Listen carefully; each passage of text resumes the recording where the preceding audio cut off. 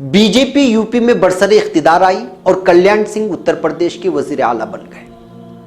اس کے بعد ایسا ماحول تیار کیا گیا کہ یو پی کے تمام وزراء نے، جس میں اعجاز رضوی بھی شامل تھے، اجودھیا میں جا کر یہ عہد کر لیا کہ رام للا ہم آئے ہیں، مندر یہیں بنائیں گے۔ یہ ان کا نعرہ تھا، اور 6 دسمبر 1992 کو بابری مسجد میں سیوا کرنے کی تاریخ طے پائی، اور بالآخر 6 دسمبر 1992 کو بابری مسجد کو شہید کر دیا گیا۔ اس طرح بابری مسجد کے شہادت میں سب کا برابر رول تھا، ہر پارٹی کا، کسی کا کم یا کسی کا زیادہ نہیں تھا، بلکہ کانگریس کا زیادہ تھا۔ رام جنم بھومی کے سربراہ دھرم داس اور ان کے پاور آف اٹارنی جیوتشی شری ہری داس کہتے ہیں کہ 6 دسمبر 1992 سے تقریباً 1 ماہ پہلے سی آر پی ایف کی خواتین کی ایک ٹکڑی، یہاں سے غور سے سننا، 1992 سے تقریباً 1 ماہ پہلے سی آر پی ایف کی خواتین کی ایک ٹکڑی ایودھیا کے برلا دھرم شالہ میں مرکزی سرکار کی طرف سے بھیج دی گئی تھی۔ اس وقت مرکز میں کون سی سرکار تھی آپ یہ لوگ جانتے ہیں، جو پورے دن سول ڈریس میں رام نامی بھگوا دوپٹہ ڈال کر عوام کے درمیان گھومتی رہتی تھی۔ اس میں ایک ہیڈ کانسٹیبل سہانی نام کی بھی تھی، جس نے 6 دسمبر 1992 کو کار سیوکوں کو اکسانے میں اہم رول ادا کیا تھا، اور اس نے اپنی چوڑیاں توڑ کر کار سیوکوں کی مردانگی کو للکارا تھا۔ اس کے بعد ہی سینکڑوں کی تعداد میں لوگ اشتعال میں آ کر کھڑے ہو گئے، جس میں آندھرا پردیش کے نرسمہا راؤ کے لوک سبھا حلقے سے آئے لوگ بھی شامل تھے، اور کسی طرح یہ لوگ دوسری طرف جانے میں کامیاب ہو گئے، اور رڑسی اور بیلچے کا استعمال کر کے اس کا ایک گنبد توڑ دیا، اور پھر پیدر پہ تینوں گنبد ٹوٹ گئے۔ برکیف ناظرین، اس کتاب کے مطالعے کے بعد جس پر پابندی عائد کرنے کی پوری کوشش کی جا رہی ہے، اس کا پورا نچوڑ یوں نکل کر سامنے آتا ہے کہ ایودھیا میں یہ سیاسی پارٹیاں نہ مسجد بنانا چاہتے ہیں نہ مندر، بلکہ وہ اس معاملے کو اتنا طول دینا چاہتے ہیں جتنا کہ وہ چاہیں، کیونکہ اس کا انہدام کسی آستھا کی بنیاد پر نہیں ہوا تھا، بلکہ 2 سیاسی پارٹیوں کے اپنے مقاصد کے حصول کے لیے کیا گیا تھا، کیونکہ کانگریس میں ہمیشہ سے ایسے لیڈر رہے ہیں جن کا جھکاؤ ہندوتوا کی جانب زیادہ تھا اور ہے۔ مسجد کی شہادت کے لیے اس نے بی جے پی کا پورا ساتھ بھی دیا اور لیا بھی، اور آج بھی یہی پارٹیاں یہی چاہتی ہیں۔ اسی طرح فیصلے عوام کی سپرد اور عدالت کی سپرد کر کے عام عوام کی زندگیوں سے یہ حضرات بلکہ یہ پارٹیاں کھیلنا چاہتے ہیں۔ اس کتاب میں جو حقائق بیان کیے گئے ہیں، اس سے یہی نتیجہ نکل کر سامنے آتا ہے کہ عدالت فیصلہ جو بھی دے، مگر یہاں کی اکثریت میں سے وہ لوگ جو ہمیشہ ان 2 پارٹیوں کی سیاسی مقاصد کے لیے جذبات بھڑکاتے رہے ہیں، وہ ایک بار پھر میدان میں آئیں گے اور اپنا وہ کام کر جائیں گے جو 1992 میں شہادت کے بعد کیا تھا، جو واقعی ملک ہند کے لیے ایک تاریخی دن ہوگا دوبارہ سے۔ ناظرین، مجھے یہاں بریک کی اجازت دیں۔ بریک کے بعد حضرت مولانا سلمان حسنی ندوی کے بیان پر ہوئے ہنگامے پر اسی پس منظر میں تبصرہ کروں گا۔ بریک کی اجازت دیں۔ قل هذه سبيلي أدعو إلى الله على بصيرة أنا ومن اتبعني وسبحان الله وما أنا من المشركين۔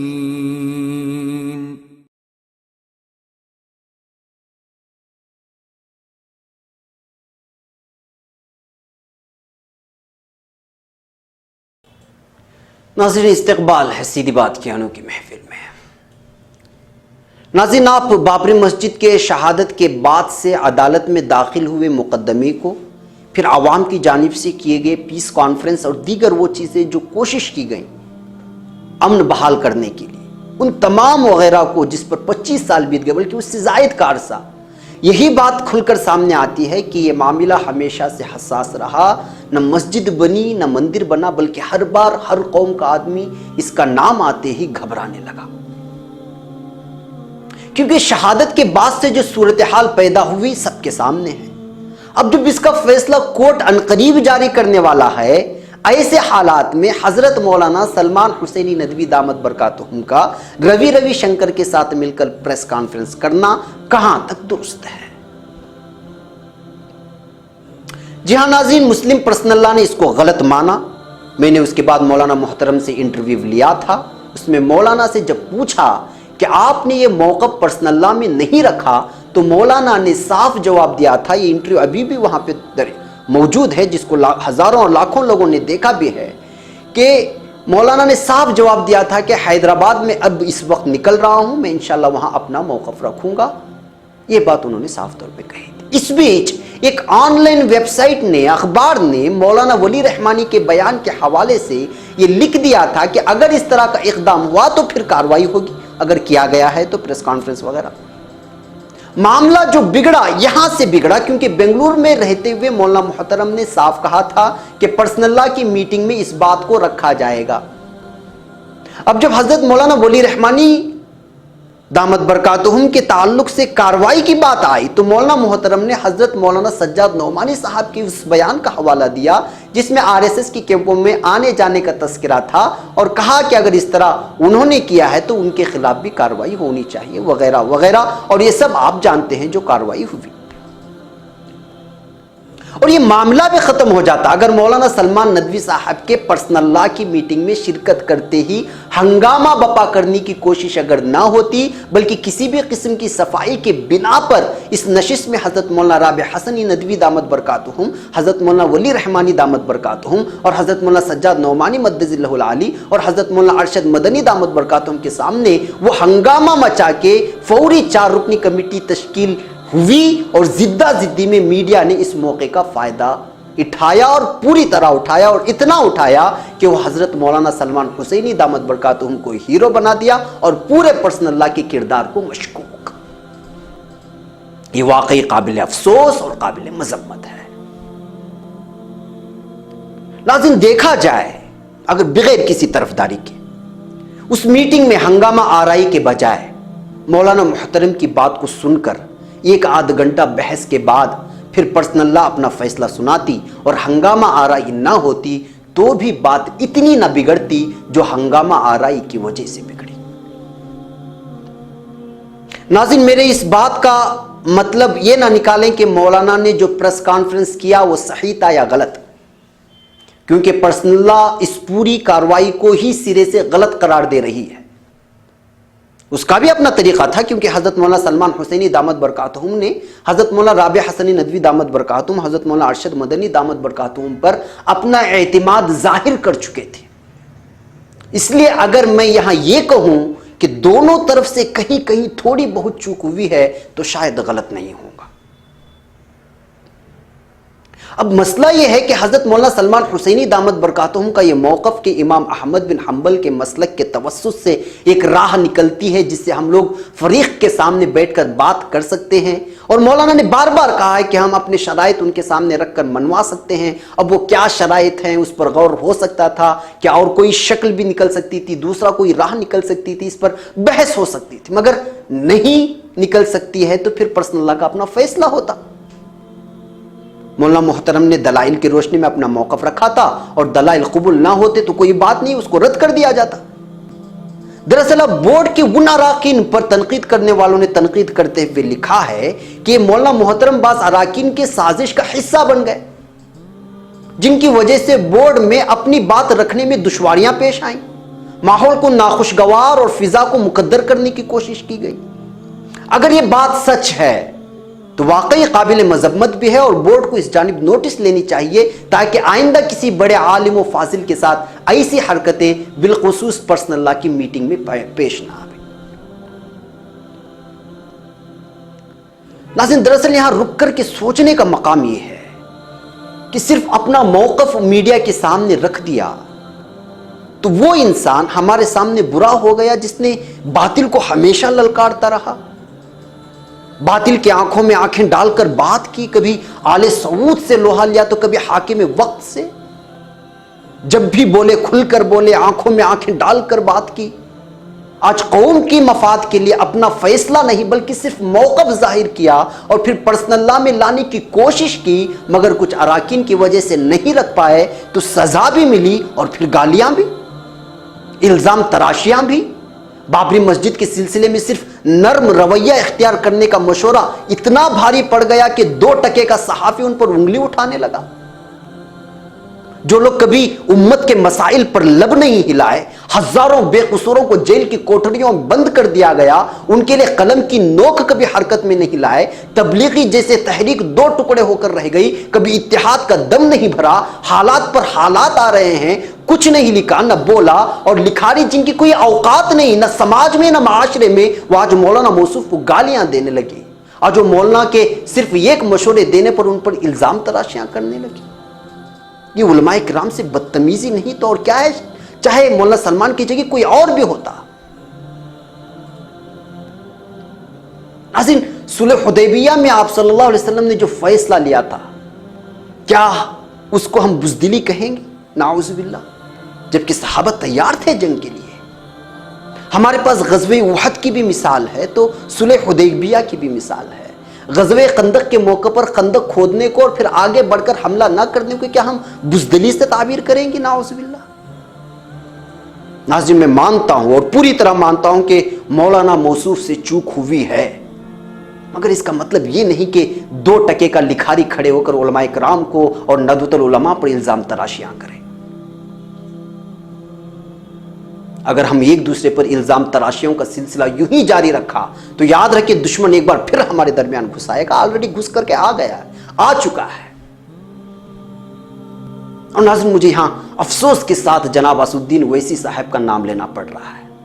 میں ان کی بہت عزت کرتا ہوں، احترام کرتا ہوں، مگر حیدرآباد کے عام اجلاس میں جو رویہ انہوں نے اختیار کیا وہ جناب اسد الدین اویسی صاحب کو تو ہرگز زیبا نہیں دیتا ہے۔ ایسی بات نہیں کہ علماء اکرام کی عزت نہیں کرتے، باقاعدہ کرتے ہیں، ہم نے اپنے آنکھوں سے دیکھا ہے، مگر اجلاس میں بار بار صدر پرسنل اللہ سے معافی مانگ مانگ کر ایک عالمی دین کو بے عزت کر رہے تھے، بار بار بے عزت کر رہے تھے۔ یہ دیکھنے کے بعد محسوس ہوا کہ واقعی اسد الدین اویسی صاحب سیاسی شخص ہیں جو معافی کی چادر تلے ایک بہت بڑے عالمی دین کو علماء کرام کے سامنے ہی گالیاں دے رہے تھے۔ ناظرین، میرا ایک ہی مشورہ ہے کہ کسی کے اتنے مداح بھی نہ بنو کہ ان کی شیطانیت آپ کو نظر نہ آئے۔ اللہ سب کو ہدایت دے۔ ناظرین، ایک اور بریک کی اجازت ہے، بریک کے اس بار کچھ اور حقائق۔ قل هذه سبيلي أدعو إلى الله على بصيرة أنا ومن اتبعني وسبحان الله وما أنا من المشركين۔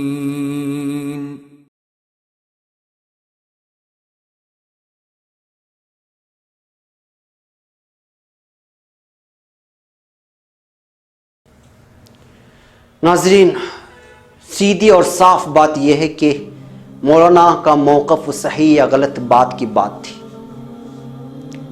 مگر میٹنگ میں مولانا کے ساتھ جو رویہ اختیار کیا گیا وہ غلط تھا، اور مولانا سلمان ندوی صاحب نے پورے مسلم پرسنل لا کو جس انداز میں گھیرے میں لیا اور پھر مولانا سجاد نعمانی صاحب کو لے کر جو بیان بازی ہوئی وہ بھی پوری طرح غلط، اس کی تائید نہیں کر سکتے۔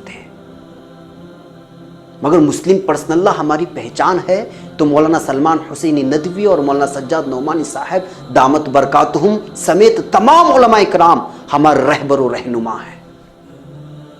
اب ان غلطیوں کو کرید کر اس پر تبصرہ کر کے اپنے آخرت برباد کرنے کے بجائے ہم لوگوں کو یہ سوچنا ہے کہ مسلم پرسنل لا کو اور کتنا مضبوط کیا جا سکتا ہے۔ جہاں تک رہی بات عدالت کے فیصلے کی، میں اس ضمن میں اگر کھل کر بیان کروں اپنی تحقیق کے نظریے میں تو صاف بات یہ ہے کہ اس وقت مرکزی حکومت میں بی جے پی ہے، اس کو 2019 کے انتخابات جیتنے ہیں، وکاس کے نام پر وہ پوری طرح ناکام ثابت ہو گئی ہے۔ ملک کے ہندو برادری سے مندر کی تعمیر کا وعدہ کیا تھا اور سپریم کورٹ پہلے ہی کہہ چکی ہے کہ آستھا کی بنیاد پر اس مقدمے کو نہیں دیکھے گی، بلکہ اراضی کس کے اس پر بحث ہوگی، لہٰذا اراضی کس کے یہ بات پوری دنیا جانتی ہے۔ اس حساب سے شاید شاید حکومت کو معلوم ہو چکا ہے کہ فیصلہ مسلمانوں کے حق میں آئے گا. دراصل مسئلہ یہاں سے شروع ہوگا. حکومت کو صاف اور پوری طرح معلوم ہو چکا ہے کہ فیصلے کے بعد کیا رد عمل آنے والا ہے. یو پی میں بی جے پی کی حکومت، ہر طرف اسی کی حکومت. فرقہ واریت کو شہ دینے والی تنظیموں کے کارکنان کا رویہ پوری طرح دہشت گردانہ ہو چکا ہے. آپ دیکھیے تاریخ کو 2 سالوں کے عرصے میں. لہذا فیصلے کے بعد جو حالات پیدا ہوں گے شاید حکومت اس سے واقف ہو. لہذا حکومت کسی بھی صورت میں یہ نہیں چاہ رہی کہ ایک بار پھر ملک میں ایسے حالات پیدا ہوں کہ ان کی حکومت بدنام ہو جائے.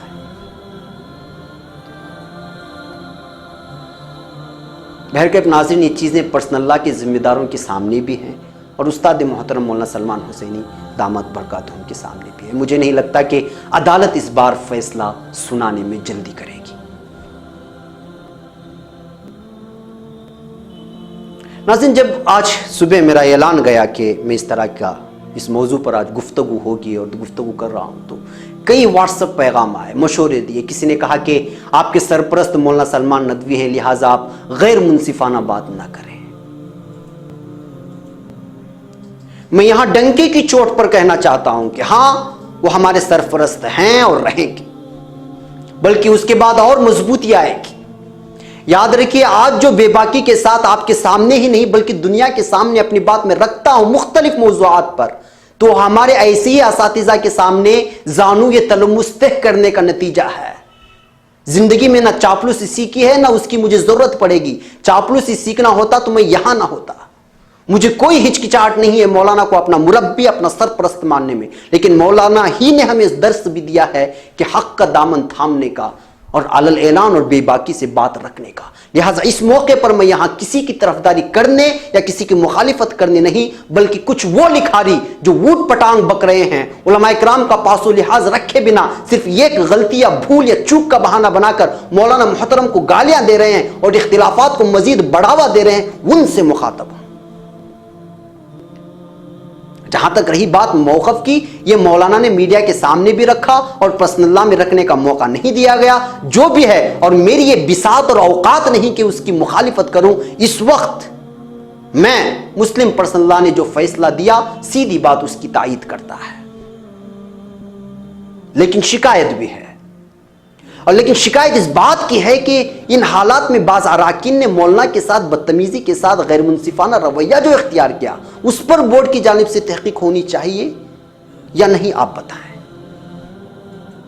اور یہ سوچنے کی بات ہے کہ کہیں واقعی کچھ لوگ بورڈ کو اپنی ذاتی مفاد کے لیے یا پھر سیاسی فائدے کے لیے تو استعمال نہیں کر رہے ہیں. یہ وہ باتیں ہیں جو مجھ سے نہیں بلکہ بار بار اٹھ کر کے سامنے آ رہی ہیں. حضرت مولانا رابع حسنی ندوی دامت برکاتہم پر کچھ لوگ بار بار دباؤ بنانے کی کوشش کرتے ہیں. یہ باتیں بھی سامنے آ رہی ہیں، ایسے الزامات بھی سامنے آ رہے ہیں. حضرت مولانا سلمان ندوی دامت برکاتہم کی رکنیت کو معطل کرنے میں اجلت سے کام لینے کا بھی الزام لگایا گیا ہے. ناظرین، مولانا سلمان حسینی دامت برکاتہم نے پرسنل اللہ کی نظر میں غلطی کی اور ان کو سزا بھی ملی رکنیت سے برطرف کرنے کی. مگر ان اراکین کا کیا جنہوں نے ہنگامہ آرائی کی بات رکھنے کا موقع نہیں دیا، اپنی بات منوانے کے لیے صدر صاحب کے بار بار کہنے کے باوجود خاموشی اختیار نہیں کی. پرسنل اللہ کے سامنے عام لوگ پوچھنے والوں نے یہ سوالات بھی پوچھے ہیں کہ عدالت کے فیصلے کے بعد ملک ہند کے حالات نہیں بدلیں گے، اس کا کیا یقین ہے؟ خون نہیں بہے گا؟ مسلم بہنوں کی عزتیں تار تار نہیں ہوں گی؟ خون کی ندیاں اور جلتی لاشیں نہیں دیکھنے کو ملیں گی؟ غریب لاچار بے بس عام مسلمان نہیں مرے گا؟ اس کے لیے آخر کیا لائی عمل تیار کیا گیا ہے؟ اس طرح کے سوالات بھی لوگوں کے سامنے آ رہی ہے. مظلوموں کو سہارا کون دے گا؟ اور یہ بھی سوال آیا ہے کہ مولانا سلمان حسینی دامت برکاتہم کے موقع پر ایک بار پھر غور و خوض کیا جائے. ناظرین، سوالات تو بہت آئے ہیں اور آنے چاہیے، اس سے کوئی بیزارگی نہیں. تنقید برائے تنقید، برائے اصلاح ہو تو اس کا استقبال ہونا چاہیے اور باقاعدہ ہونا چاہیے. گالم گلوچ، الزام تراشیوں سے بیزارگی ہوتی ہے اور باتیں بننے کے بجائے بگڑتی چلی جاتی ہیں، جیسا کہ ہو رہا ہے. اور کچھ لکھاری اس پر جو ہے جلتی پر تیل کا کام کر رہے ہیں. مسلم پرسنل اللہ میں اس وقت کے بڑے بڑے اکابرین جڑے ہیں. بلکہ ملک ہند کا وہ پورا بڑا طبقہ جڑا ہے جن کو عزت و احترام کی نگاہ سے دیکھا جاتا ہے۔ وہ جو بھی فیصلہ لے گا اس میں کوئی شک نہیں کہ وہ امت مسلمہ کے لیے صحیح اور برحق ہوگا۔ مگر بعض دفعہ عوام سے بھی سوالات اٹھتے ہیں اور دانشوران سے بھی، لہذا اس کا بھی ہمیں استقبال کرنا چاہے اس کو قبول کرے کہ نہ کرے۔ جی ہاں ناظرین، یہی حقیقت ہے۔ قل هذه سبيلي أدعو إلى الله على بصيرة أنا ومن اتبعني وسبحان الله وما أنا من المشركين۔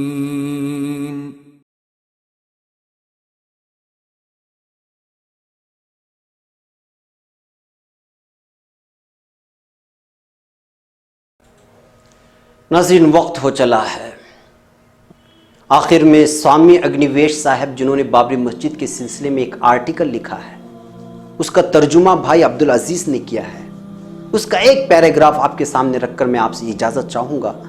وہ لکھتے ہیں کہ مسٹر وی پی سنگھ نے اس مسئلے کو سلجھانے کی جو کوششیں کی، میں نے بھی اس میں حصہ لیا۔ مسٹر ایل کے اڈوانی کو 2.7 ایکڑ اراضی کے بدلے مسجد کے قریب 60 ایکڑ زمین دینے کی بات کی گئی، لیکن مسٹر اڈوانی کی سازشی چال بس یہ تھی کہ مندر وہیں بنائیں گے جہاں بابری مسجد ہے۔ Justice Krishna Iyer, B J Varghese اور میں یعنی سوامی اگنیویش چندر شیکھر کے ذریعے مسئلہ حل کرنے کی کوشش کی۔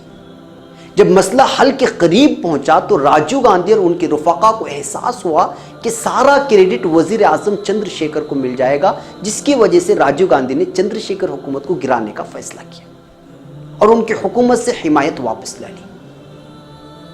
جہاں تک مسلمانوں کا معاملہ ہے تو وہ اس مسئلے کو حل کرنا چاہتے تھے تاکہ جھگڑا لڑائی کی نوبت نہ آئے اور کسی کو ہندو مسلمانوں میں تنازع کھڑا کرنے یا نفرت پھیلانے کا موقع نہ ملے۔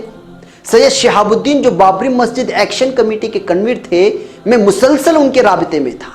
سبھی امن کے خواہش مند تھے کہ اس مسئلے کا حل ہو جائے اور پھر کسی دوسری مسجد یا عبادت گاہ پر ظالموں کی نظر نہ ہو۔ وہ سب اس کی باعزت اور آبرومندانہ تصفیہ چاہتے تھے۔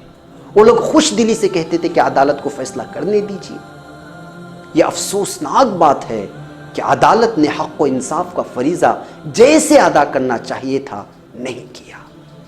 یہ سوامی اگنیویش لکھتے ہیں، میری فکر مندی اس بات پر تھی کہ عوام کی خوش عقیدگی اور سادگی کا استحصال نہ ہو، ایسے لوگوں کے ذریعے جو ویدک عقیدے کی روحانیت اور عظمت کی ذرا بھی پرواہ نہیں کرتے۔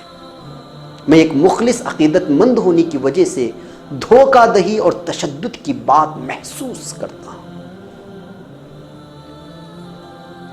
اس کو دوبارہ سنیں پیچھے جا کر کے کہ وہ کیا کہہ رہے ہیں کہ میں ایک مخلص اور عقیدت مند ہونے کی وجہ سے دھوکہ دہی اور تشدد کی بات محسوس کرتا ہوں۔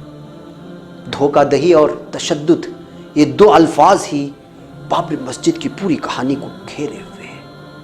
ناظرین، وقت ہو چلا ہے۔ آخر میں ان لکھاریوں کو جو اوٹ پٹانگ بک رہے ہیں ان سے یہی کہوں گا کہ لکھنے سے پہلے بابری مسجد کی شہادت کی بات کی سیاست پر ایک نظر کر لے اور اس کی تاریخ پر نظر کرے۔ وہ چیزیں، وہ تاریخ جنہوں نے صحیح انداز میں لکھا ہے اس کو پڑھیں، تب جا کر کے آپ لوگوں کے سامنے حقیقت آئے گی۔